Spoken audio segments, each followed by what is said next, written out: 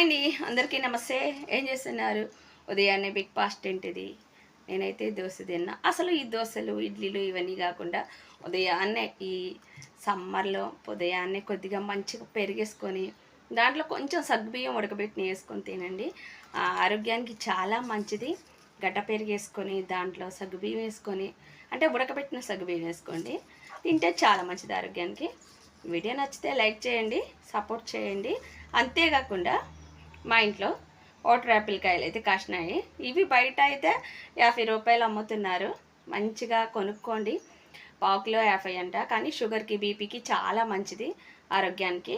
కొనుక్కొని తినేసేయండి. సీజన్లో వచ్చే పండు ఏది వదలకూడదు. ఒకసారైనా టేస్ట్ చేయాల్సిందే. కాయలు చాలా మంచిది ఆరోగ్యానికి. బీపీ ఉన్న వాళ్ళకి, షుగర్కి మంచిదంట. దగ్గరలో ఎవరైనా ఉంటే రండి, నేను కాయలు అయితే మా చెట్లే కోసిస్తాను.